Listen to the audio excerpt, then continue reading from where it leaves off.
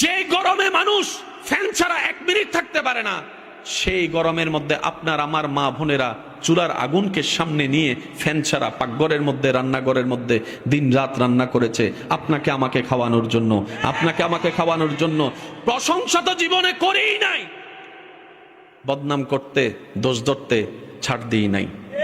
অনেক মা বোনরা দেখবেন সারা দিন শ্বশুর বাড়িতে কাজ করার পর নাম পায় না, কিন্তু তরকারিতে যদি একদিন লবণ কম হয়, শুনি নাই আরো জোরে, আর যদি ভুল করে তরকারিতে চুল পাওয়া যায়,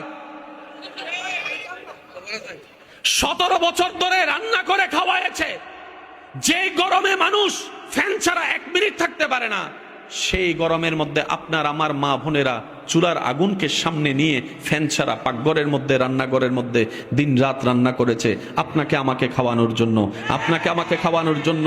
প্রশংসা তো জীবনে করেই নাই, বদনাম করতে, দোষ ধরতে ছাড় দিই নাই। নিজের টাকা দিয়ে যখন রেস্টুরেন্টে খেতে যাই, খাবারও খায়, টিপসও দেন, আবার বাইরে এসে স্ট্যাটাস মারেন।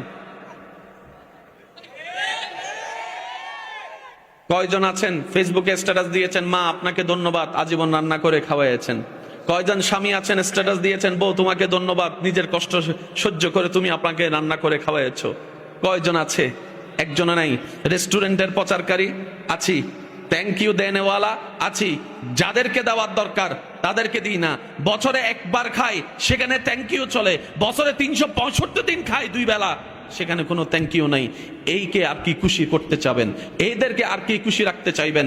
ইমানদার ভাইয়েরা, মনের কানটা প্রস্তুত রাখবেন। প্রথম অনুরোধ আপনাদেরকে করেছি মনের কান দিয়ে শোনার জন্য। আপনি আমি যাদেরকে খুশি রাখতে গিয়ে সারাটা জীবন ব্যয় করে দিচ্ছি, দিন শেষে দেখা যায় সবাই জিরুর কোঠার মধ্যে বসে আছে। বাবা সন্তানকে খুশি রাখতে পারে না, মা সন্তানকে খুশি রাখতে পারে না, সন্তানরা মা বাবাকে রাজি রাখতে পারে না, স্বামীর কাছে স্ত্রী খুশি হয় না, স্ত্রীর কাছে স্বামী খুশি হয় না, ভাইয়ের কাছে ভাই খুশি হয় না, ভাইয়ের কাছে বন্ধু খুশি হয় না, বন্ধুর কাছে, এইভাবে চলে যায়। আর রব বলে, বান্দারে তুই আমাকে একটা সিজদা দিলে আমি খুশি হয়ে যাই। আর একটু জোরে, যাদেরকে খুশি রাখতে চাই জীবন দিয়া দিই। খুশি বলেন না, খুশি হয় না। আর রব বলে যে, বান্দা তুই মন থেকে একটা সিজদা দে। রব বলে, বান্দা একটা সিজদা দে।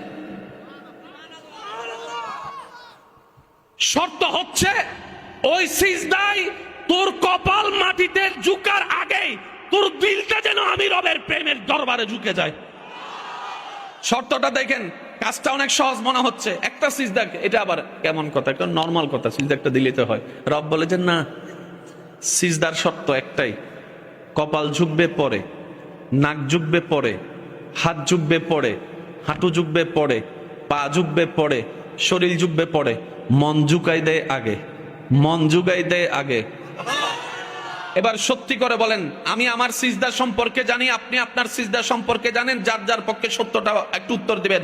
আপনার আমার সিজদার মধ্যে কপাল ঝুঁকে কি ঝুঁকে না? হাত ঝুঁকে কি ঝুঁকে না?